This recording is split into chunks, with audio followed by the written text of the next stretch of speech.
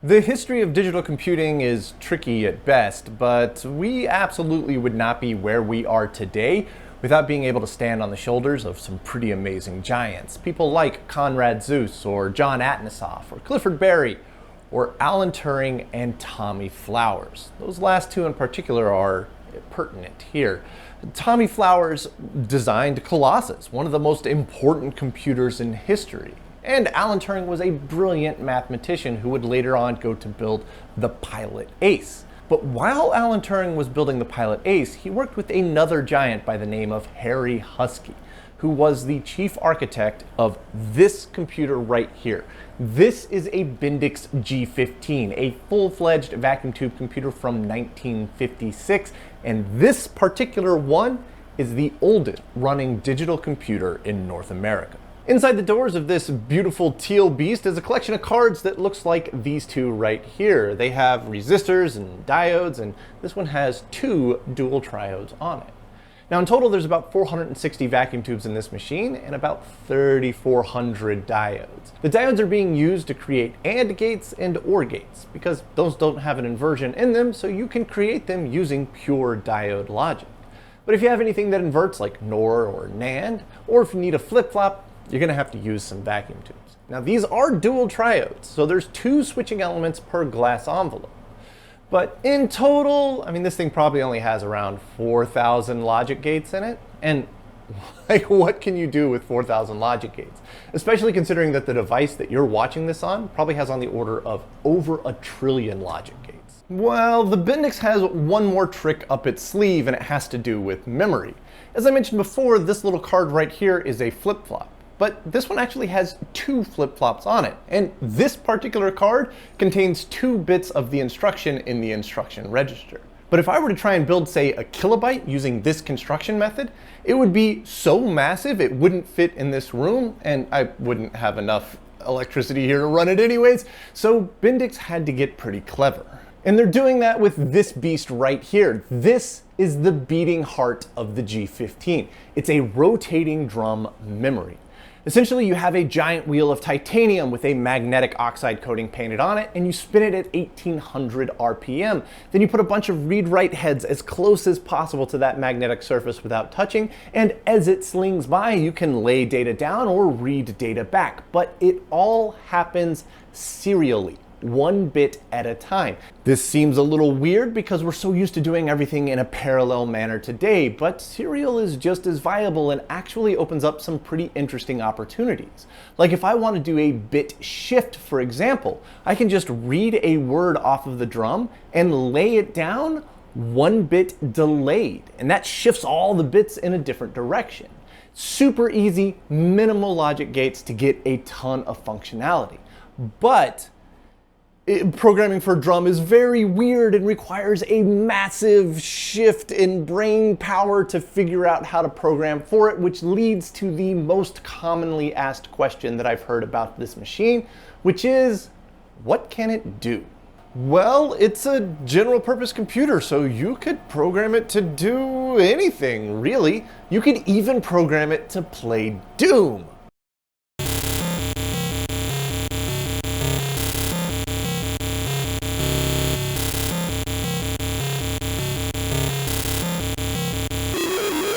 Obviously, a computer from 1956 is not going to be able to play the video game Doom from 1993, but that is legitimately the oldest running digital computer in America playing the Doom song, which is like stunning.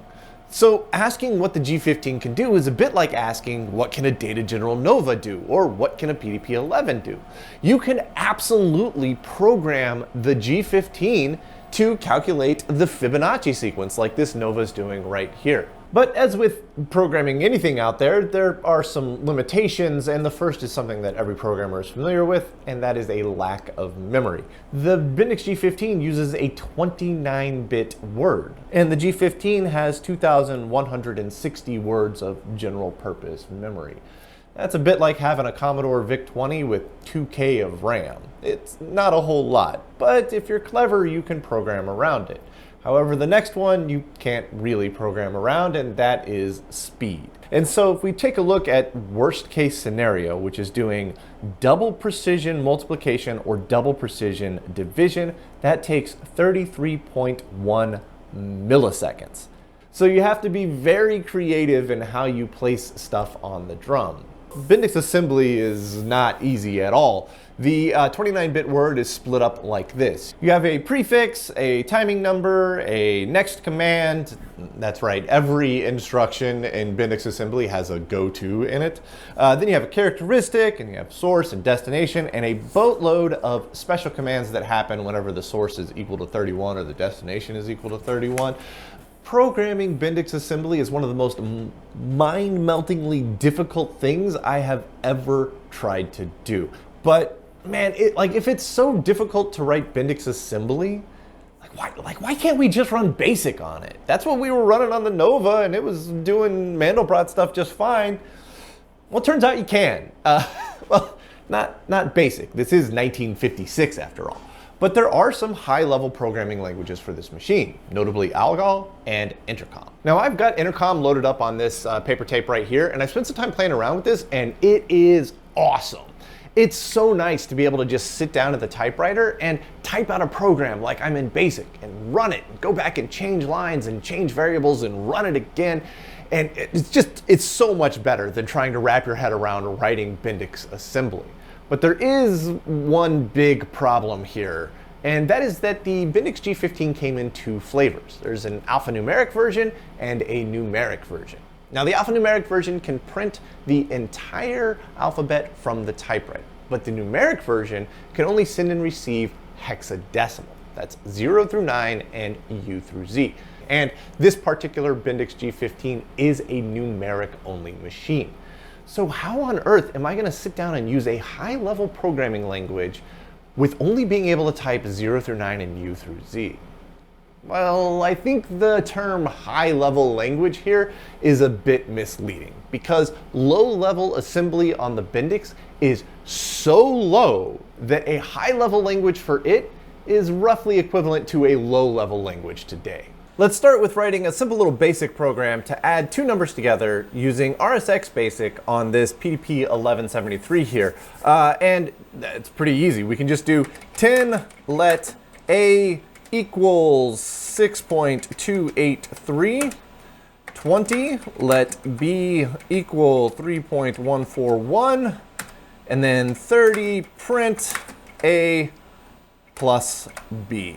That's it. That's our whole program. We can hit list and review our program there. Then we just do run, and we get 9.424. Easy peasy. In our simple little BASIC program here, whenever I type let A equals 6.283, let is a specific keyword that BASIC recognizes. And whenever it sees that, it says, hey, I need to take whatever value they give me, store it in memory, and then name that location in memory whatever they tell me to. So the name that I'm telling it is A, and the value that I'm supplying is 6.283. I don't actually need to know what physical RAM IC that value is stored in. I just need to know what variable I've given it, and that variable name is A. But how do we do that on a machine that doesn't have the ability to type letters? Actually, it's really simple. You just use numbers instead. Intercom distills the concept of writing code down to about as simple as it can get. Whenever you're writing instructions in your program, you're essentially just using 6 digits, and these are all decimal based. The first two are the operation code, and there are 46 opcodes that you can choose from. I have a list here. This little command list breaks it all down. It's surprisingly simple. The remaining 4 digits are the address. Now, the address can range from 0900 to 1899. And just like on BASIC, I don't actually know where any one of these addresses are stored on the drum. I don't need to know. I just need to know the number that I put my value into.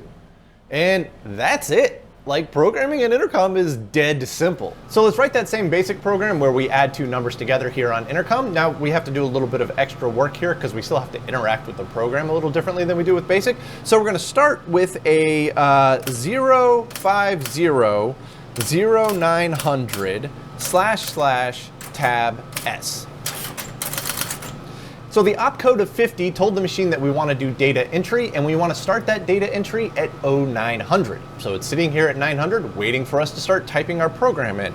So let's do our first instruction. We're going to do a opcode of 42. This is a clear and load accumulator, and we want to load that with the value stored at 1000. So we're going to type a lowercase l and then 3 zeros, and we do the lowercase l because there's no 1 on here. And then we do a tab S. And now the tab S in this case indicates to the program that we've finished a data entry and it's time to move on to the next step. And so you can see that it echoed back 421000 to us, gives a carriage return, printed out 901, auto incremented to the next memory location, waiting for our next instruction, which is going to be a 4311002. So 43 is add the accumulator with the value at the address, which in this case is 1002. So again, a tab S, it's going to echo back 4311002, gives a carriage return, print out 902, so we're on to the next instruction. For this one, we will do 332100. The opcode 33 tells it to print the value at the address onto the typewriter, and we gave it an address of 2100, but if we remember, our address is actually stopped at 1899. So the address 2100 is a special address reserved for the accumulator. So this is printing the contents of the accumulator onto the typewriter. So we'll go ahead and do a tab S on this one. It'll echo back 332100, auto increments to 903, and then we're going to do our last instruction, which is going to be a 6, 7, and then 4 zeros. We'll do a tab S. It should echo back 6, 7, 4 zeros to us. It auto increments to 904, but we're kind of done entering because the instruction 67 tells it that we want to exit execution of the program and return back to manual mode, which is the mode that we're in right now. Now I told it that I want to add the value at 1000 and the value at 1002 together, but we haven't specified what those values are yet. So we're going to switch over to value specification mode, which is going to be 051, and we want to start specifying the values at memory address 1000. So 1000, and then we're going to do a / tab S. You can see it didn't echo anything back, gave us a carriage return, and punched out 1000. So now we're sitting at memory address 1000 and it's waiting for me to input a value. And if all of this seems like it's been going awfully easy so far, don't worry, Bendix is about to throw a big fat curveball at you. So we want to input the value 6.283. So I'm going to type 6, but instead of a decimal point, I'm going to type a slash and then 283. My 8 is a little weak there. Then we'll do a tab S and it'll echo back 51.6283. This is what I believe they're calling 50x notation. Essentially, they can move the decimal point 50 places left or right. And so if it's 50 exactly, the decimal point doesn't move. But if it's 51, the decimal point is going to move 1 place to the right. 52, it moves 2 places to the right. 49 is 1 place to the left. 48 is 2 places to the left. So we can see here that it says 51. That tells me that we're going to move 1 decimal point to the right, which moves it to 6.283. So let's input our next value at 1002 here. That's going to be a 3/141. And then we'll do a tab S, and we should get 51.3141. And our program is completely finished. We need to run it now, but I can't just type run. I've got to send it a command to tell it to start executing. And that command is 69. Nice. 0900. So 0900 is the address we want to start executing from. 69 is to tell it to start executing. So we'll do a / tab S. It does a little bit of calculation. And there it goes. It printed out our value of 9.4240000. That's the correct answer. We just wrote software using Intercom on the Bendix G-15. At the beginning of all this, I said that the G-15 was a general purpose computer and it could do anything. And we've just proven that it has a high-level programming language for it called Intercom, and that programming language can add 2 numbers together. That really doesn't feel like anything, but I know in my heart of hearts that Intercom is incredibly powerful. And so I was talking to my buddy Lloyd, and it just so happens that he does work with CERN. You know, the people who accelerate protons up to near speed of light and smash them into each other just to see what'll happen.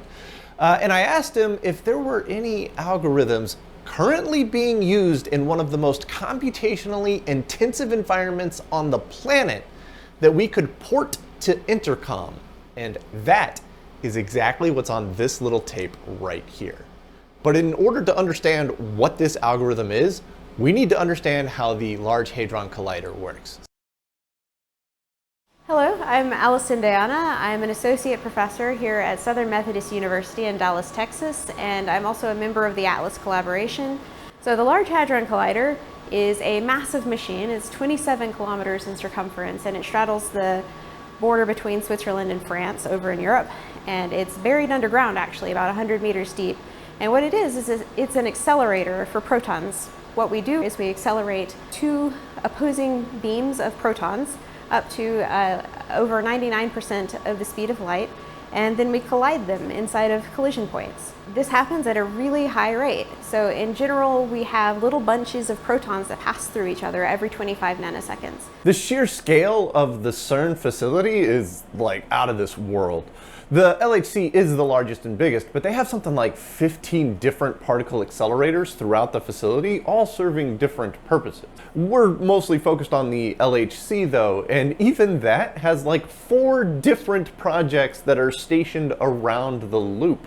There's the LHC-B, CMS, ALICE, and ATLAS projects. So you can think of the ATLAS detector at the LHC as sort of like a camera that is going to take sort of a picture of what is happening in these collisions that we can then analyze later. When your protons collide at the interaction point, first your particles will pass through what we call a tracking detector, which is under a magnetic field. And so that magnetic field will curve the particles if they have charge, if they have inherent charge. And so we can find information about the momentum of the particles from that. And then outside of this tracker detector, we have several calorimeters. And we're going to focus today on specifically the liquid argon calorimeter. Outside of that, we have the hadronic calorimeter, and then beyond that, we have a detector called the muon spectrometer.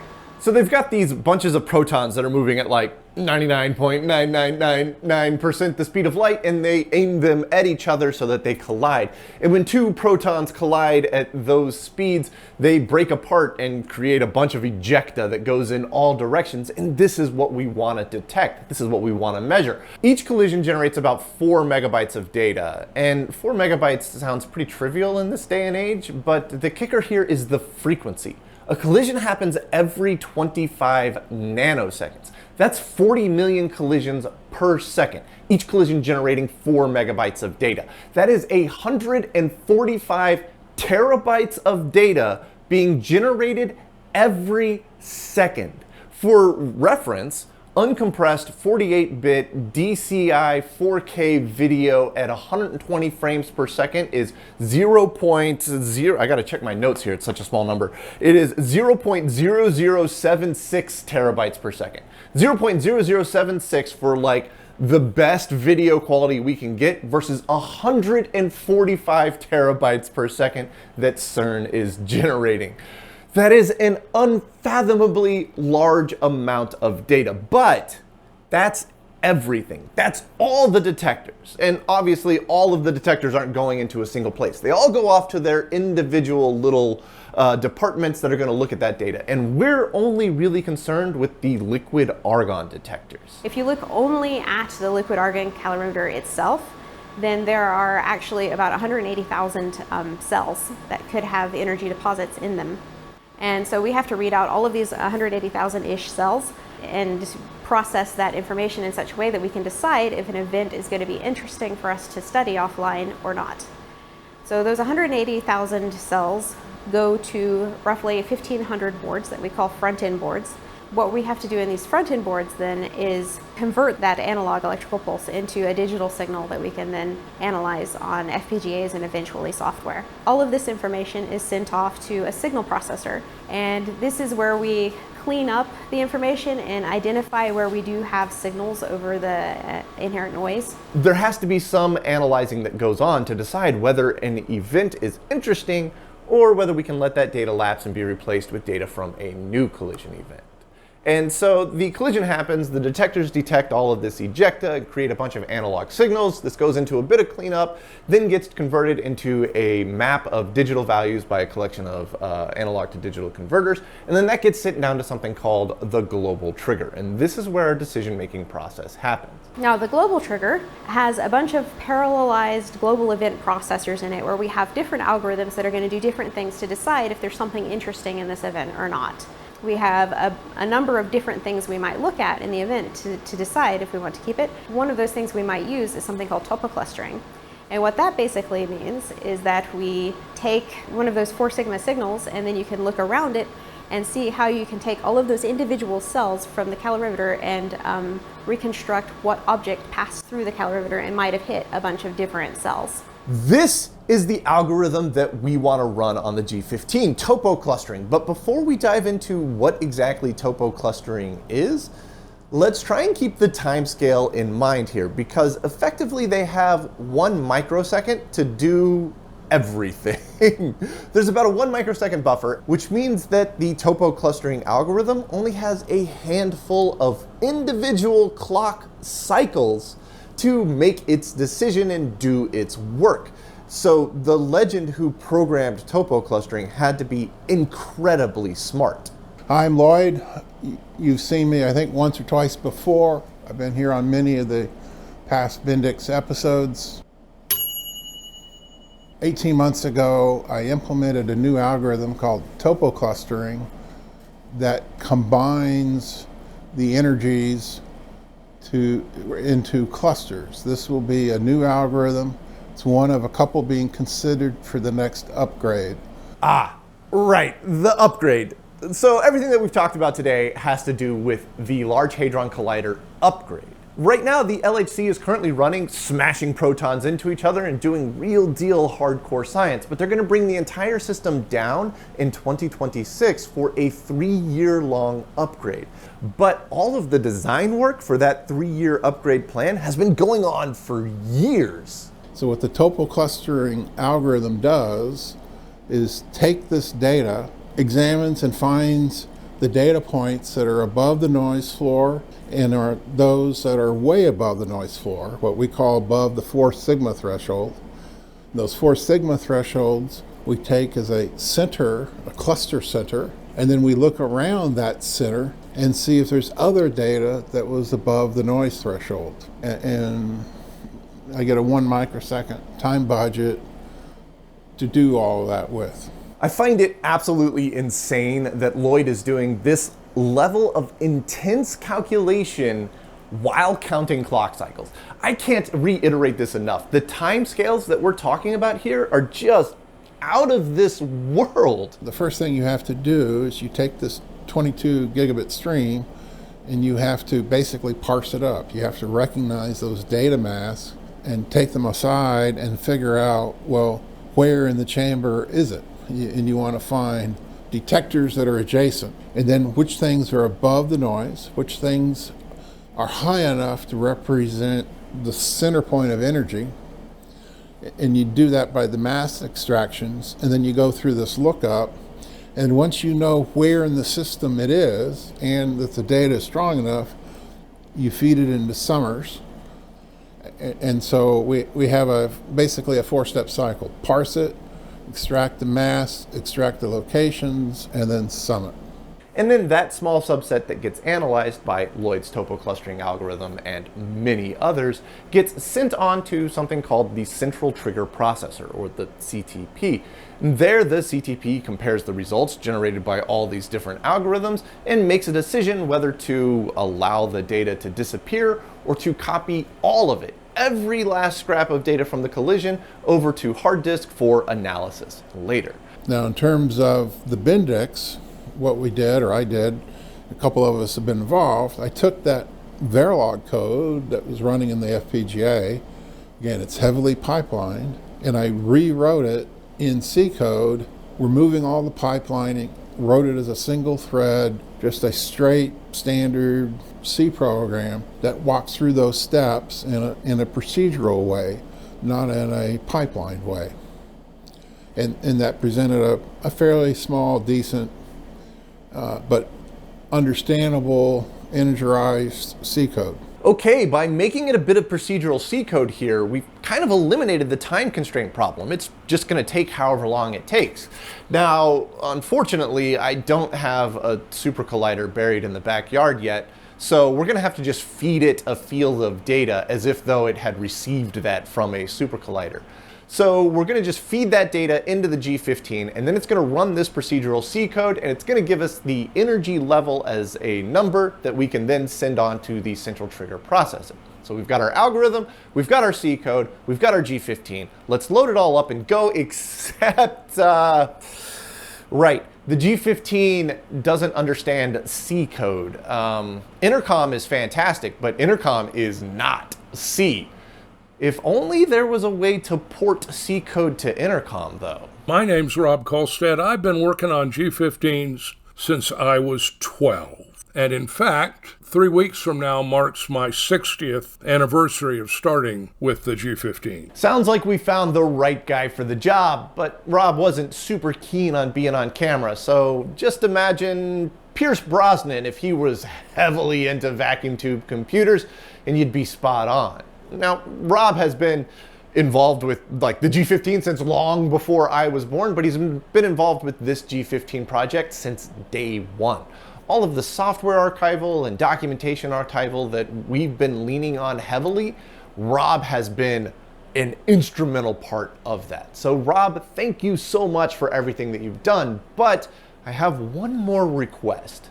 Can you take Lloyd's C code and port it into Intercom? First thing I did was recode it into something more like a pigeon C that used operators that would map into the G-15 supported operations. For instance, Intercom is floating point only. That means that certain things that which normally would be kept in integers and incremented like row and column counters had to be put into floating point and incremented on their own in a very unusual and inefficient arrangement.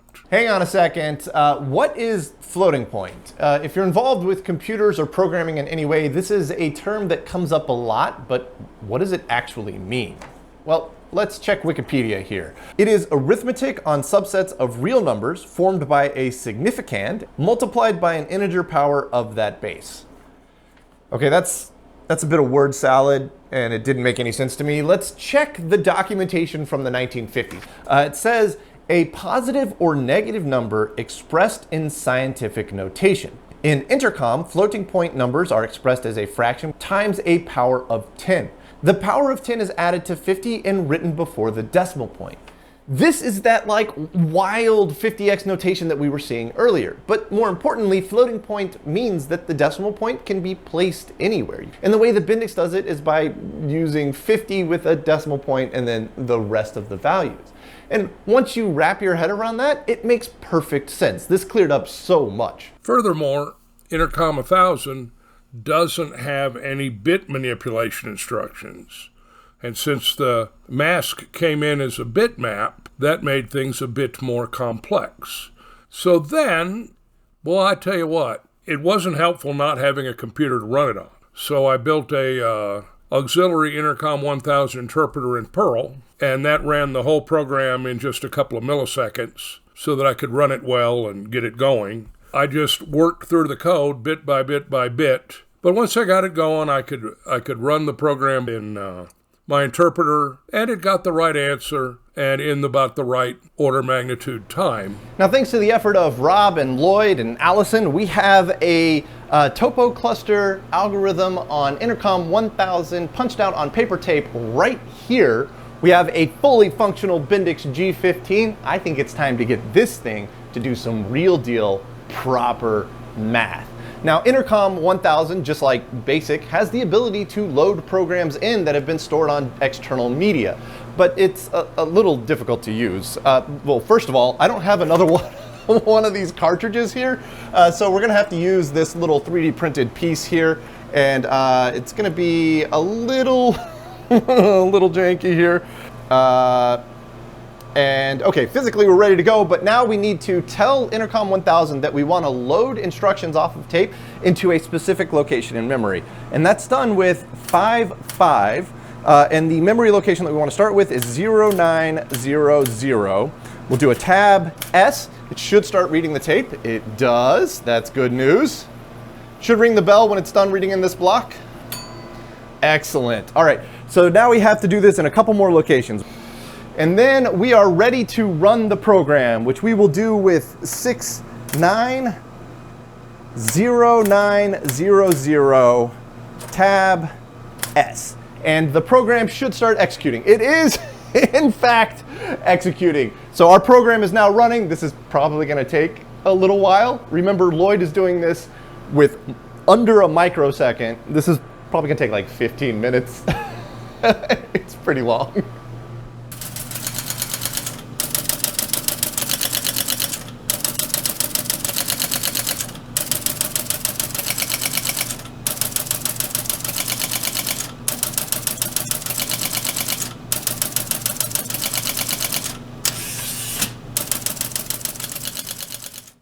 All right, that ran absolutely perfectly, except for 14-inch wide paper was clearly not wide enough.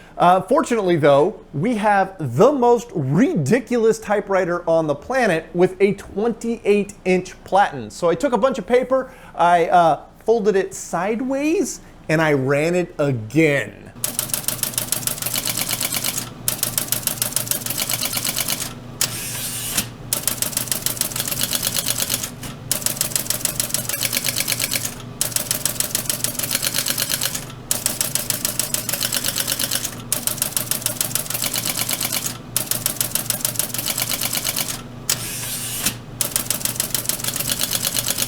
And check that out. How awesome is that? We have our full grid printed out here, and it's kind of crazy how many digits it tries to print.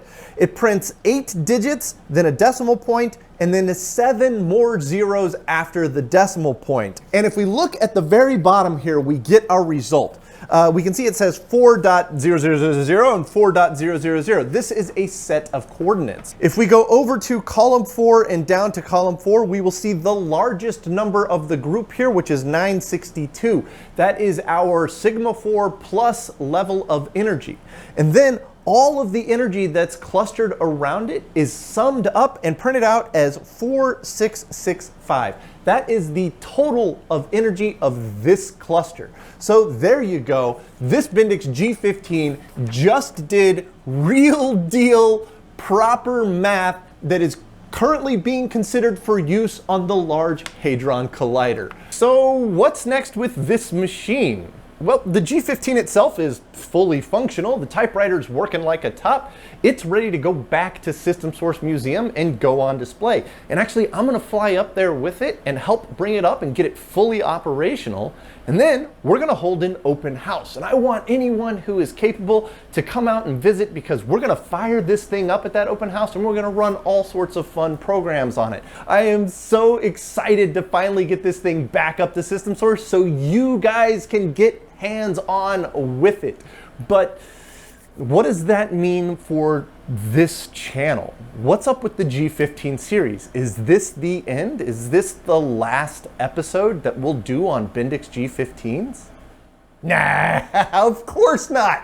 There's another Bendix G-15 coming down from System Source Museum, and that one has a crashed drum, and we're gonna dive in deep on that. We're gonna pull the drum out, we're gonna completely take it apart, we're gonna get an XRF spectrometer on it to find out what kind of material the drum is made of. Then we're gonna try and figure out how to strip the coating off of it, lay down new magnetic coating, do surface finishing on it so that it can get the right level of clearance, get the new clock track and a new timing track on it, get it back into the machine, bring that machine up, and once it's up, we're gonna start work on a mag tape unit. We're gonna bring that down, we're gonna get it fully up and going, and there's mag tapes out there that need to be archived and haven't, so there is a ton of Bendix G-15 content to come, but I am so glad that I had the opportunity to work on this specific Bendix G-15.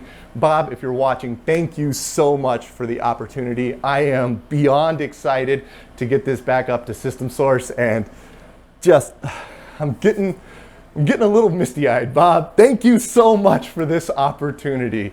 And I want to thank every one of you that have been watching for tagging along on this journey, and I hope to see you on the next one.